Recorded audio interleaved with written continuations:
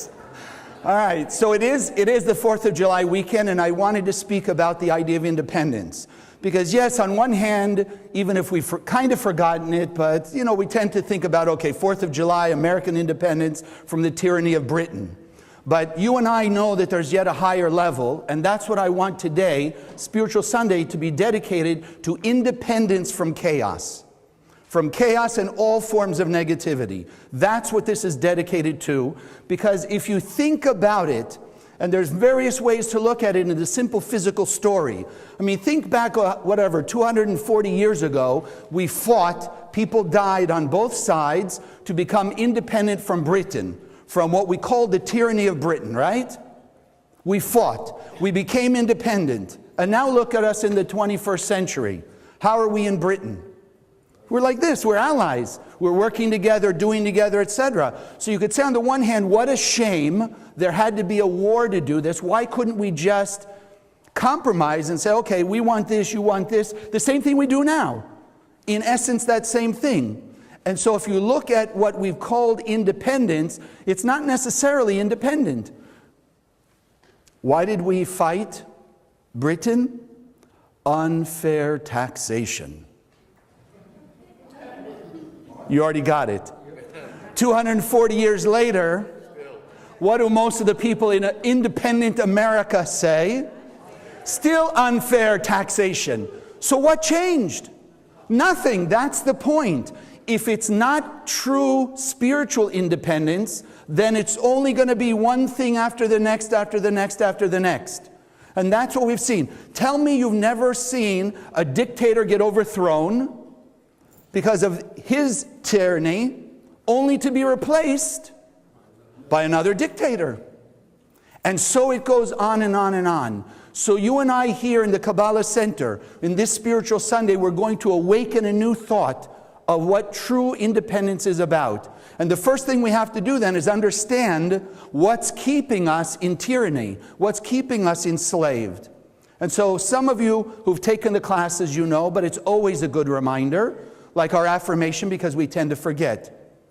If you stand back and you look at your life, how many of you have a bad habit? Okay, you have a bad habit. How many of you don't? Okay, just checking. Yes, exactly. So this is what I need to put in your mind this morning. We not only have a voice in our head that tells us to do the bad habit when we're under stress, when we're under pressure, what have you, but we also have on the other side of our brain, we have the voice of a good habit. No? When you're ready to give into your bad habit, what do you not think about, but you know is there going on at the same time in your brain?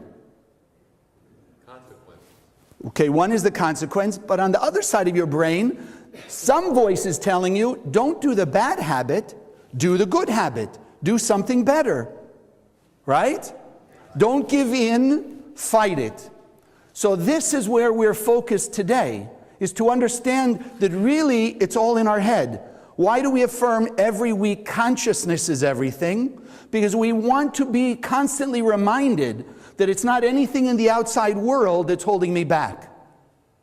That I have these two voices in my head. The one we call the voice of the light of the Creator, that's telling us to do all the good things, to behave with love, kindness, and compassion towards all human beings, to act with unconditional love. But then we have a voice on the other side of our head that tells us the opposite. You know what? After what they did to me, there's no way in the world I'm going to behave nicely to them. I may not do anything rotten, but I'll never speak to them again. I'll never wish them well. I'll never talk to them. Can you relate? Yep. Exactly. So the fight is not outside. The fight is that voice that in Kabbalah we call the voice of the opponent. And that's exactly what it is. In America, the colonies were fighting what they perceived was their opponent in Britain. Those who were unfairly taxing them or demanding of them. So they fought, and as we said, it didn't change much. Same thing, same old, same old. But when we realize that our real battle is with that voice in our head, that our true fight is with the opponent that's in our own mind, and it has nothing to do with the outside, then we're on the path to true independence, true freedom. Because tyranny is that voice in our head. The voice, let's call it, of the ego, the voice of selfishness. You go back to the Bible talks about the slavery of Egypt. But those of you who've studied, or if you'll go and you'll read a little bit deeper, there was no slavery in Egypt. Not like we perceive it was, that they were being beaten, that it was against their will. The opposite. The opposite. The Egyptians were so smart that they enslaved the Israelites, you and me, with our egos. We were enslaved to our ego. Let me ask you this. Do you have a friend that will do anything to be liked, be part of a group?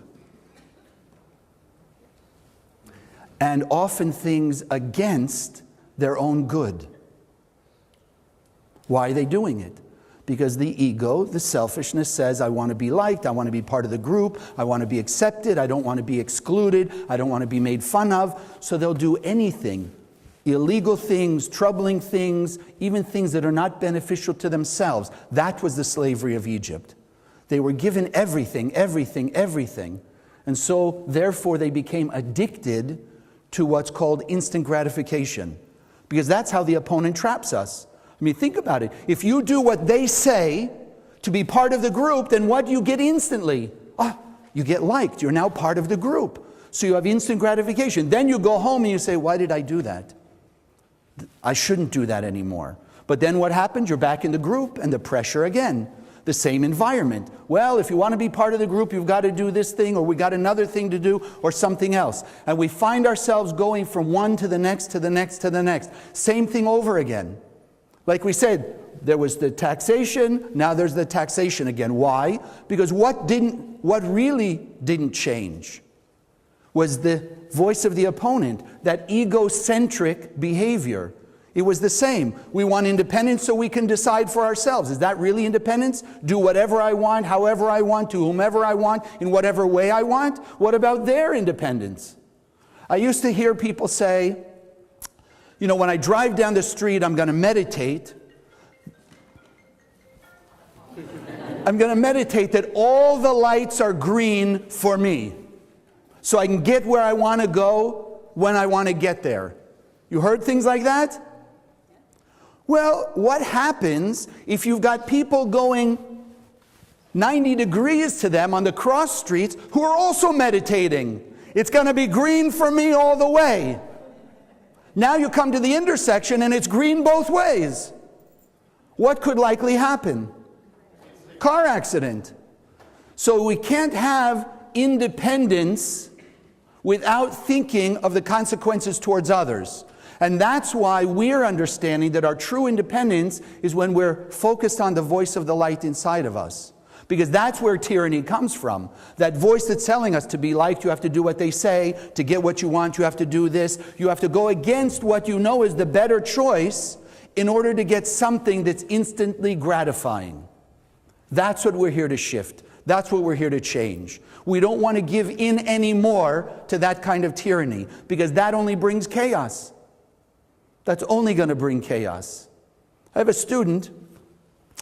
If you really want to be free, it's going to cost you.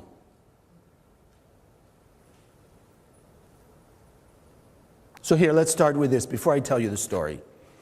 Just to show you how we can really be free in the physical material world. So, since we do all want to be independent, don't we? Now you're wondering. So we have this thing called the independent or individuality oath. So we can do our own thing. Okay? So I want us all to say it together. I state your name, refuse to do what everybody else is doing and what I'm told to do.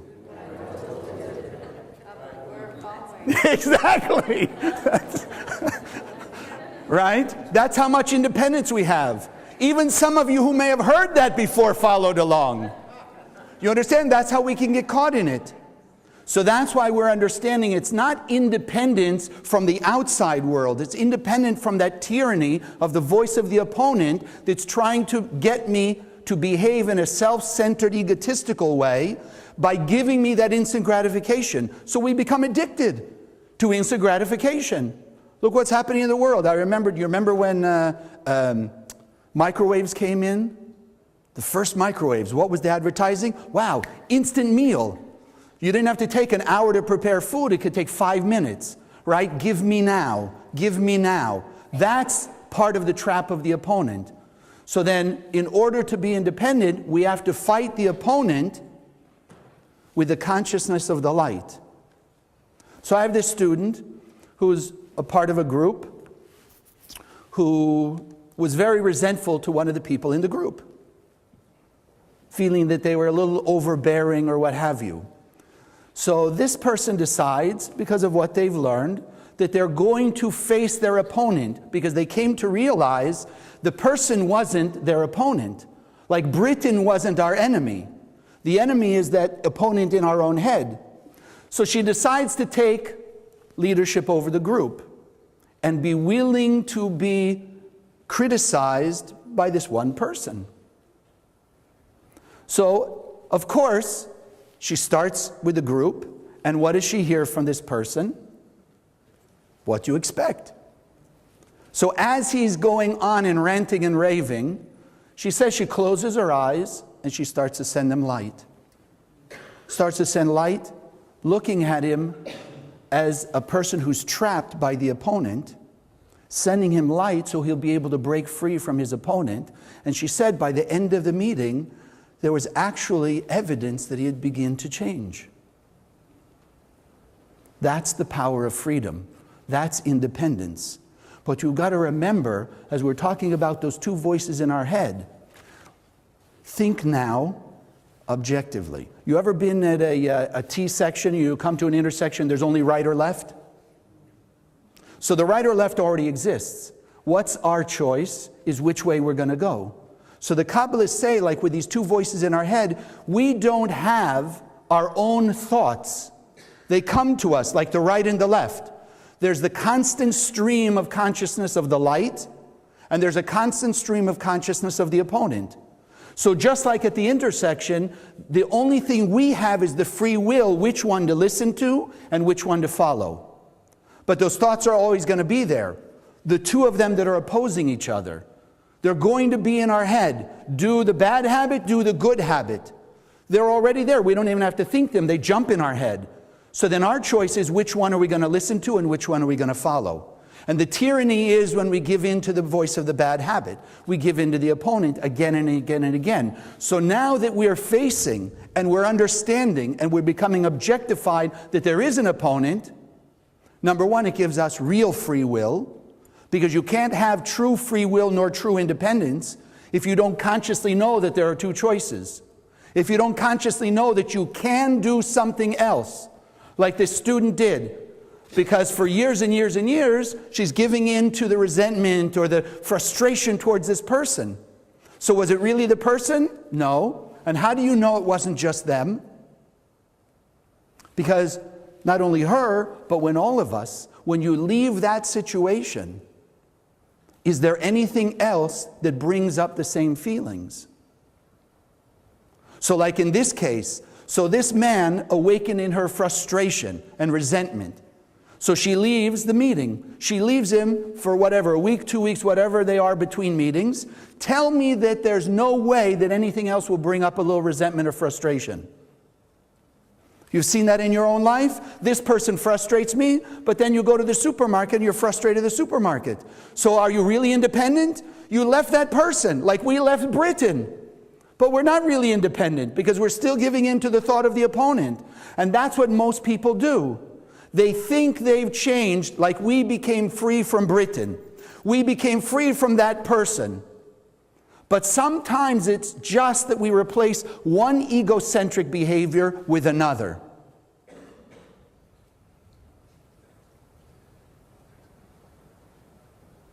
One for the other. I give up my addiction to chocolate chip cookies. But now I'm addicted to the treadmill.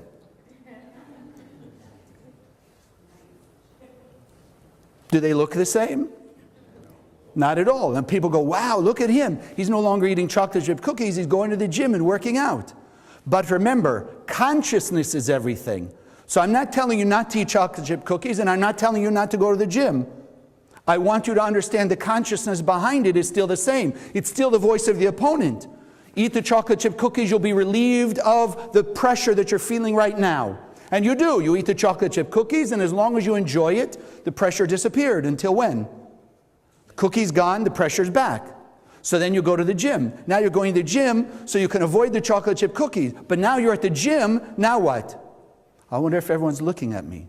I wonder if they're judging me to see, am I doing fast, slow? Am I heavy? I'm not heavy. Am I losing weight? What am I doing, etc.? And you're still addicted to that voice of the opponent.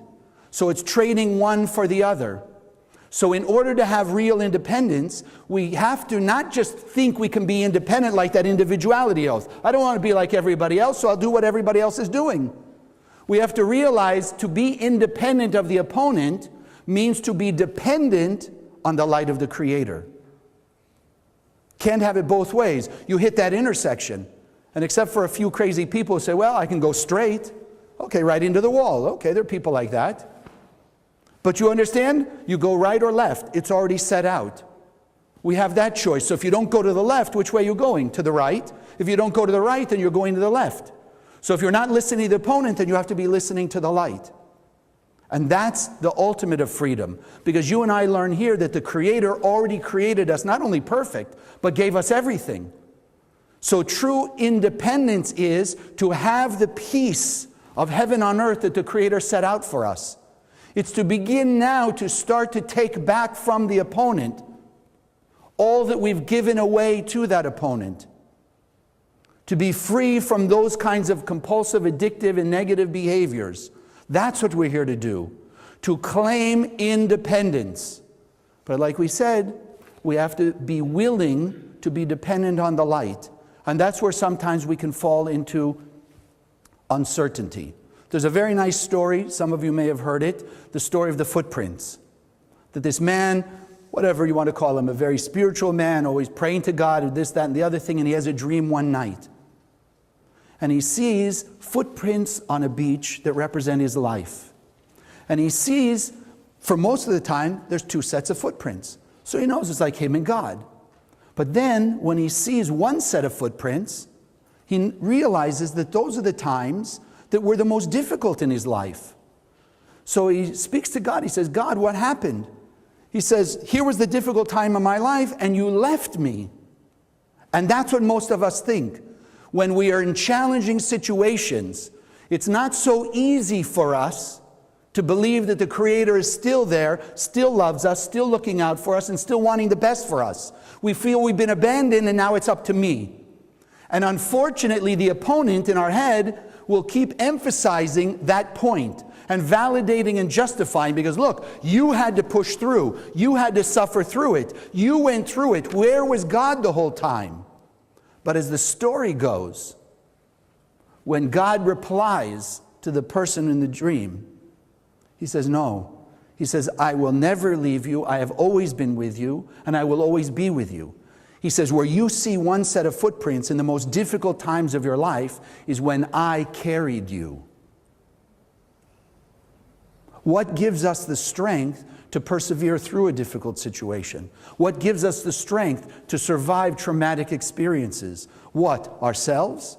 That's the thing we're here to understand. It's the light inside me that's given me that strength to persevere. It's the light inside me that helps me overcome these difficult situations and to find the right answers. That's what we're here learning, how to listen more and more, how to activate more of that light of the Creator so it gets better and better, brighter and brighter.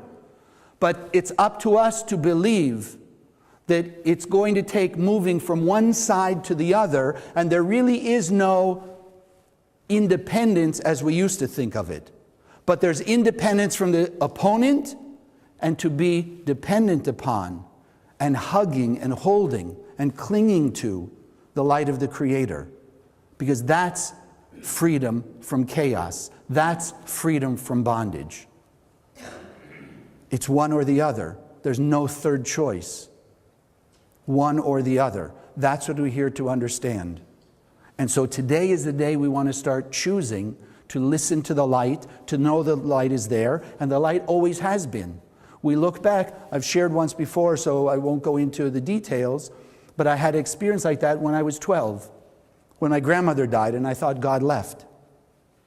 And it took me 40 some odd years to realize that I was still holding on to that hurt and that resentment, that God took my grandmother away from me. Did I know it consciously? No. But 40 some odd years later, it suddenly popped up like this dream of the footprints.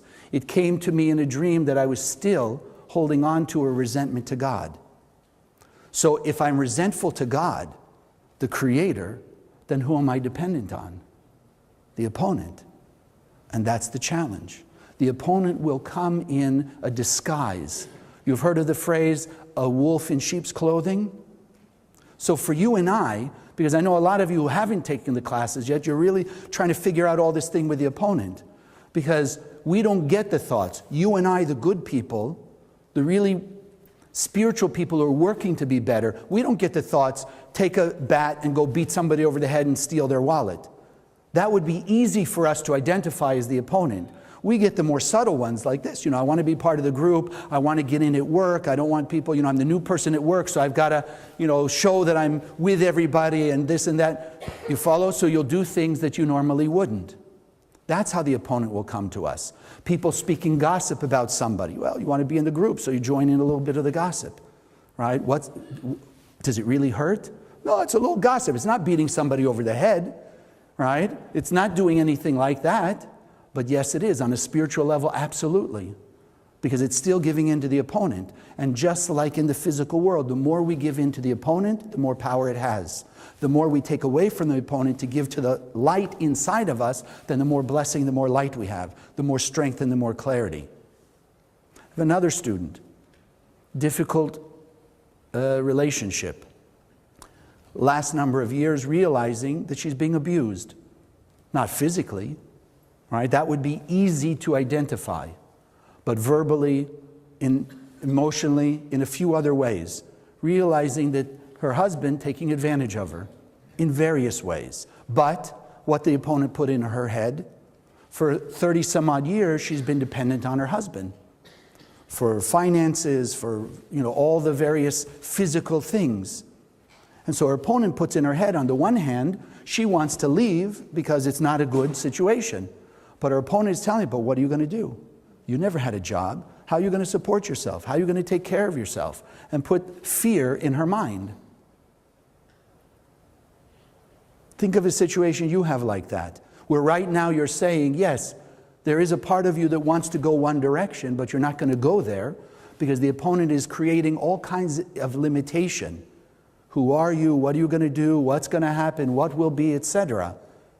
Right? And they're all part of that illusion because that's what the opponent is. Here in the center, we're working to make the opponent work for us. Because when the opponent is saying, let's say like with this woman, fear what your future could be, then she has been learning to take that and say, yes, thank you, God, for showing me through my opponent where I don't believe enough, where I've given in to the illusion. And now she can strengthen that. So she's learned to use the opponent against itself, which is the whole point. The opponent is there to point out where we're weak spiritually, where we're not manifesting all of our potential. So what did she do? She started to put Kabbalah to use. Using the tools, using the technology, shifting her consciousness, until one day she was able to just pick up and leave. And from that point, it's been a little bit of a struggle, I have to share with you, but you can see on her face she's a lot happier. Good things already starting to happen to show her that her future is not as dull and as dark as the opponent made her think, but there's a lot of good things suddenly coming along. The moment we step out of the darkness, we're stepping into the light. There's nothing else. It's just the strength to step out of the darkness. And yes, as in the metaphor, sometimes like when you walk out of a movie theater, and you walk out into the brightness of day, sure, it may be a little overpowering at first. And you have to adjust yourself. But you adjust yourself into the light. and you wouldn't go back into the darkness. And that's what we hear today, 4th of July weekend, Independence Weekend. You can enjoy, have barbecue, light your fireworks, etc. But we're here in Spiritual Sunday to claim our independence from the opponent, to claim our independence from chaos. And in order to do that, we have to simply say, I claim my independence from the opponent, and I pledge my allegiance to the Creator. I claim my independence from the opponent, and I pledge my allegiance to the Creator. Can you say that? I pledge. Exactly. I claim my independence from the opponent, and I pledge my allegiance to the Creator. There you go, practice. Why? Because we're pure and perfect beings of light. Remember that. So we're already perfect, we just have to move along those ways. So today is the day we can be free from all of it. It's not easy. I understand that. Not because it's not easy, but we've given in so long in so many ways and shapes and forms to the opponent that it's like a bad habit. So the idea is not difficult to listen to the light and to act like the light. It's the greatest thing and the greatest vantage to us. But it's difficult because we are so enmeshed in the darkness of the opponent and the chaos and the illusion that it now just takes more work and effort. And that's why whether it's I claim my independence from the opponent and pledge my allegiance to the Creator, or it's our affirmation, consciousness is everything, and I'm raising my consciousness to see the miracles and wonders of life, in essence by doing what? Acting like the Creator, in spite of what I see. So I don't like what somebody's doing, I can either be dependent on my opponent, scream, yell, get upset, run away, or I can be independent of the opponent, and I can be enmeshed in and immersed in a world of peace, love, harmony, and beauty that the Creator has already set out for us. That's independence, is to know I have two choices, to know that there is that perfect world, and I'm not stuck just surviving in this world, just making it. But the Creator doesn't want us to just make it. The Creator wants us to have everything because it's already given us everything. This weekend starting today, it's only one thing.